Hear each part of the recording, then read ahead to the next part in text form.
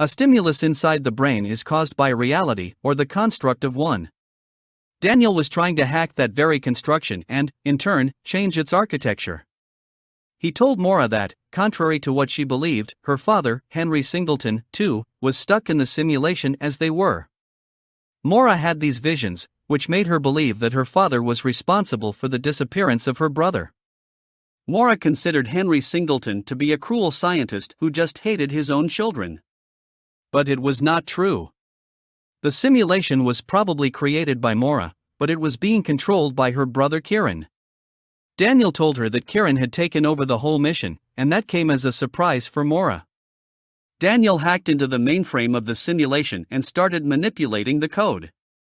Daniel knew that objects in the simulations were merely manifestations of the code.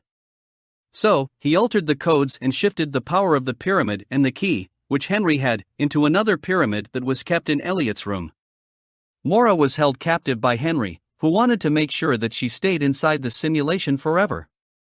He injected a fluid inside her, but instead of doing what Henry had intended, it teleported her to the first simulation ever created, where Daniel was already waiting for her.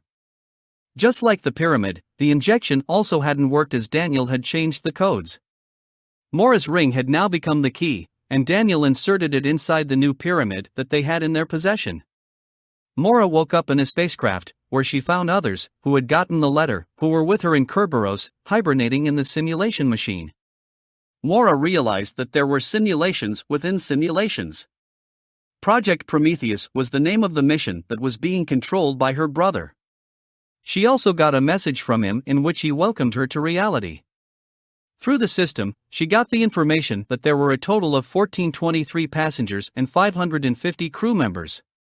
But the most shocking bit of news was that the date was October 19, 2099. For all this time, Maura believed that she was in the year 1899, but it was not so. It could be possible that Maura and Kieran had given made-up traits and backstories to all the people who were in the simulation. So basically, the passengers on Kerberos didn't belong to 1899 but were brainwashed into believing so once they became a part of the simulation. In the series 1899, we see that a novel named The Awakening was lying in Maura's room, i.e., room 1011. The Awakening, written by Kate Chopin, was released in 1899. The book is focused on the issues faced by women in society. In the book, the protagonist, Edna Pontellier, launches a rebellion against the orthodox and discriminatory norms and tells the world that women have the right to lead their life according to their own will. Maura had similar traits to that of Edna. She had studied medical science during a period when women were not allowed to practice as doctors.